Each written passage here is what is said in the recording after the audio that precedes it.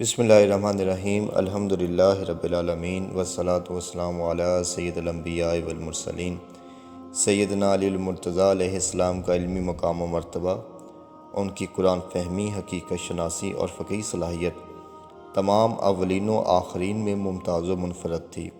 قدرت نے انہیں عقل و خرد کی اس قدر ارفع و اعلیٰ صلاحیتوں سے نوازا تھا کہ جو مسائل دوسرے حضرات کے نزدیک پیچیدہ سمجھے جاتے تھے، انہی مسائل کو وہ آسانی سے حل کر دیتے تھے۔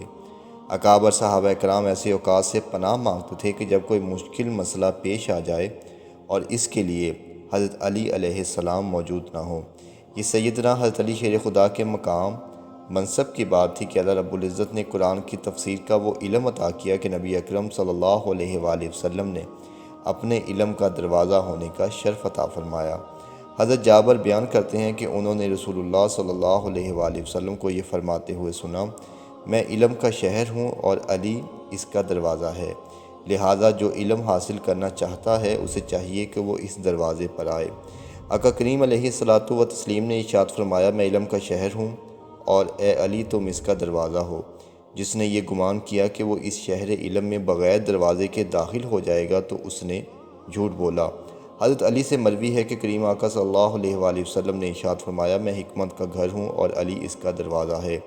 حضرت عبداللہ بن عباس سے مروی ہے کہ کریم آقا صلی اللہ علیہ وآلہ وسلم نے ارشاد فرمایا، میں علم و حکمت کا شہر ہوں اور علی اس کا دروازہ ہے، لہٰذا جو حکمت و دانشمندی حاصل کرنا چاہتا ہو اسے چاہیے کہ وہ اس دروازے پر آئے۔ رسول اللہ صلی اللہ علیہ وآلہ وسلم نے ارشاد فرمایا، علی میرے علم کا دروازہ ہے اور جو دین مجھے عطا فرما کر مبعوث کیا گیا میرے بعد میری امت کے لیے اس کی وضاحت کرنے والا ہے۔ علی کی محبت ایمان ہے اور علی سے بغض منافقت ہے۔ علی کی طرف دیکھنا بھی رافت و نرمی کا باعث ہے اور اس سے محبت کرنا بھی عبادت ہے۔ حضرت اسماء بنت امیس بیان کرتی ہیں کہ رسول اللہ صلی اللہ علیہ وآلہ وسلم نے سیدہ فاطمہ سے فرمایا، میں نے تمہاری شادی اس شخص سے کی ہے جو میری امت میں سب سے پہلے اسلام لانے والا، ان میں سب سے بڑھ کر حلم والا اور سب سے زیادہ علم والا ہے۔ حضرت عبداللہ بن مسعود نے فرمایا، میں حضور نبی اکرم صلی اللہ علیہ وآلہ وسلم کی بارگاہ میں حاضر تھا کہ حضرت علی کے بارے میں پوچھا گیا۔ آپ نے فرمایا، حکمت 10 حصوں میں تقسیم کی گئی تو اس میں سے 9 حصے علی کو عطا ہوئے اور 1 حصہ دیگر تمام لوگوں کو عطا کیا گیا۔ حضرت علی نے بارگاہ نبوی میں عرض کی، یا رسول اللہ صلی اللہ علیہ وآلہ وسلم مجھے کوئی نصیحت فرمائیے۔ آپ نے فرمایا، کہو میرا رب اللہ ہے، پھر اس پر استقامت اختیار کر لو۔ میں نے عرض کیا، میرا رب اللہ ہے، مجھے اللہ تعالیٰ نے ہی توفیق دی، اسی پر میں نے توکل اختیار کیا، اسی کی طرف رجوع کیا۔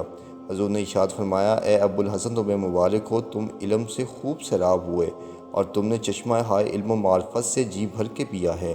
حضور نبی اکرم صلی اللہ علیہ وآلہ وسلم نے ارشاد فرمایا، میری امت کے سب سے بڑے قاضی علی بن ابی طالب ہیں۔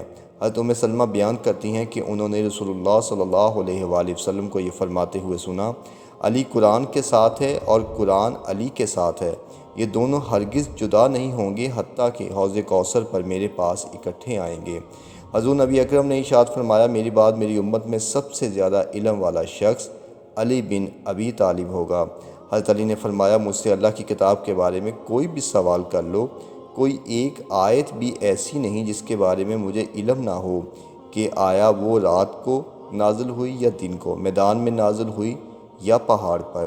حضرت علی نے فرمایا، مجھ سے سوال کر لو قبل اس سے کہ تم مجھے اپنے درمیان نہ پاؤ، مجھ سے آسمان کے کناروں کے بارے میں پوچھو، میں انہیں زمین کے کناروں سے بڑھ کر جانتا ہوں۔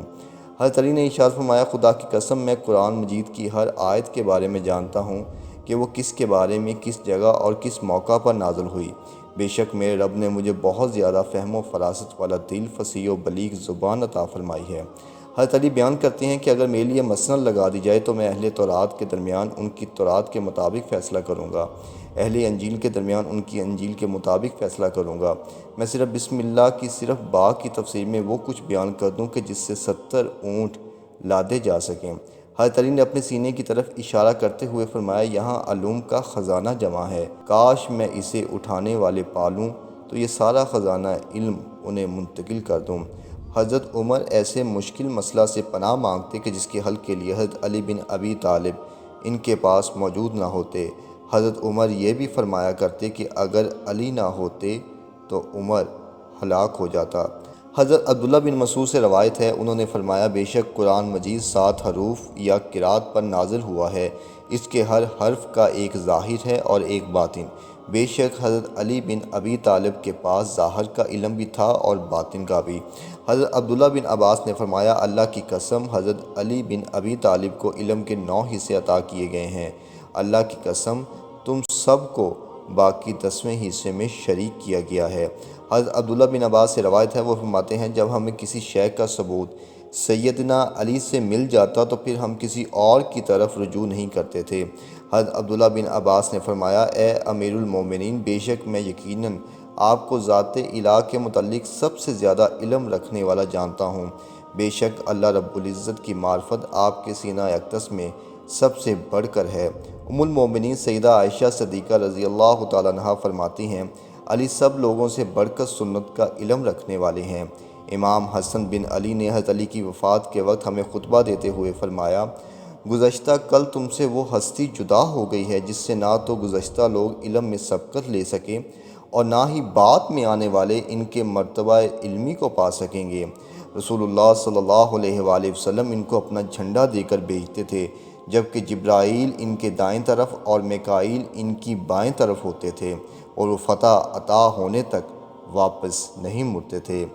آقا کریم علیہ الصلوۃ والتسلیم نے ارشاد فرمایا حضرت علی بن ابی طالب سے بڑھ کر صاحب علم کوئی نہ تھا۔ اللہ رب العزت سے دعا ہے کہ وہ ہمیں صحیح معنوں میں حضرت علی المرتضیٰ علیہ السلام کی سیرت پر عمل کرنے اور حقیقی معنوں میں ان سے محبت کرنے کی توفیق عطا فرمائے۔ وما علینا الا البلاغ المبین۔